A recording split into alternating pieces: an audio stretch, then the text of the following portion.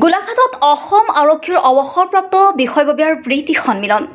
জিলাখনৰ বিভিন্ন প্ৰান্তৰ কেইবা শতাধিক প্ৰাক্তন আৰক্ষীৰ অংশগ্ৰহণ। বিহু নাচত মতলীয়া সকলো।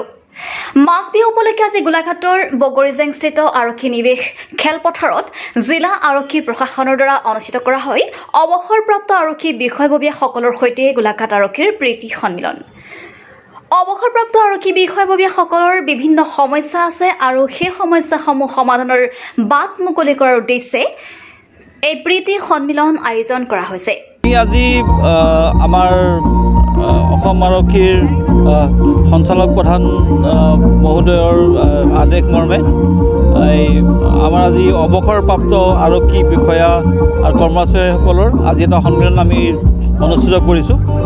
আজি ভোগালী বিহু আৰু ভোগালী বিহুতে আমি ভাবিলোঁ যে আমি সকলোৱে লগ পাওঁ, একেলগে বিহুৰ পিঠা পনা আৰু জলপান খাওঁ। আমাৰ ডিষ্ট্ৰিক্টত অৱসৰপ্ৰাপ্ত আৰক্ষী বিষয়াবৰ্গ বহুত বেছি। আমি এতিয়ালৈকে যিটো লিষ্ট ওলাইছোঁ তাতে অলমষ্ট 500জন। আমি প্ৰত্যেককে আমি কণ্টেক্ট কৰিব ট্ৰাই কৰিছোঁ আৰু অলমষ্ট কণ্টেক্ট হৈছে ডিটেইলবিলাক।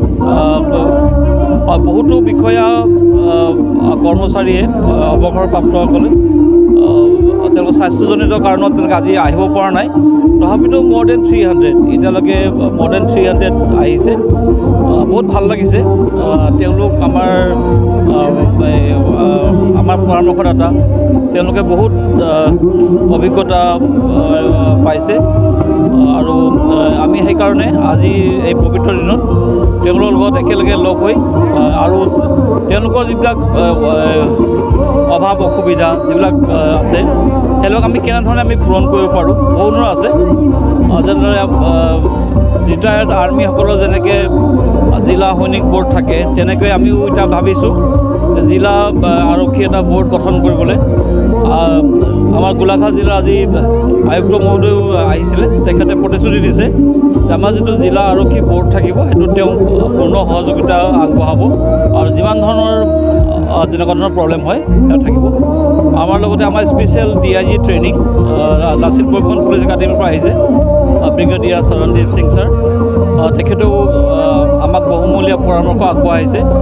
আৰ্মি যেনেকৈ সৈনিক বোৰ্ডত যেনেধৰণে তেওঁলোকে কৰে সেইবিলাকো তেওঁলোকে আমাক আগবঢ়াইছে। আমি ভাবিছোঁ যে আমাৰ যি উদ্দেশ্য সঞ্চালক প্ৰধান মহোদয়ৰ যি আইডিয়া সেই আইডিয়াত আমি সফল হ'ব পাৰিম।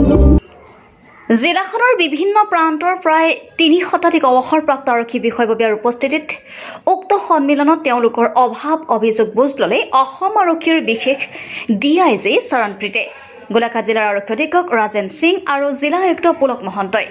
ইয়াৰ উপৰিও বিহু নাচত মতলীয়া হয় সকলো। তাৰ পাছতে সকলোৱে মাঘ বিহুৰ জলপান গ্ৰহণ কৰে। গোলাঘাটৰ পৰা চন্দন কৰ্মকাৰ ৰিপৰ্ট লাইভ অসম। মোৰ নাম আলহাজ শ্বহীদুৰ ৰহমান। মই 1980 চনত কৰ্মত যোগদান কৰিছিলোঁ আৰক্ষী বিভাগত আৰু 2015 চনৰ ছেপ্টেম্বৰ মাহৰ 30 তাৰিখে এই গোলাঘাট ডিষ্ট্ৰিক্টৰ বগীজান থানাৰ পৰা অৱসৰ ল'লোঁ। চাকৰি জীৱনত বহুত ঘাত প্ৰতিঘাত পালোঁ, সকলোখিনি সুকলমেই পাৰ হৈ গ'ল। লাষ্ট 2014 চনৰ নগা গণ্ডগোল যিটো হৈছিলে সেইটোতে অকণমান কষ্ট বুলি অনুভৱ কৰিলোঁ। কিন্তু অসম পুলিচৰ যি সহানুভূতি, আমাৰ যি সাহস, সেই সাহসত কিন্তু কোনো বিমুখ হোৱা নাছিলে। সকলোৱে আমি নগাক উফৰাই পঠিয়াইছিলোঁ। গতিকে এই অনুষ্ঠানটো আজি DIG মহোদয়, আৰক্ষী অধীক্ষক গোলাঘাট মহোদয়ে যি অনুষ্ঠানটো আয়োজন কৰিলে বৰ আনন্দিত আমি, আৰু ভৱিষ্যতলৈ যাতে এনেধৰণে চলি থাকে। আমি অৱসৰপ্ৰাপ্ত গোটেই সমূহ মানুহখিনি ইয়াত গোট খালোঁ, বহুতো পুৰণা মানুহ লগ পালোঁ আৰু ভৱিষ্যতলৈ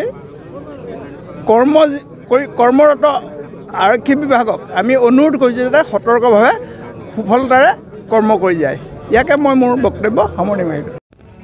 ৰিপৰ্টাৰ লাইভ অসম।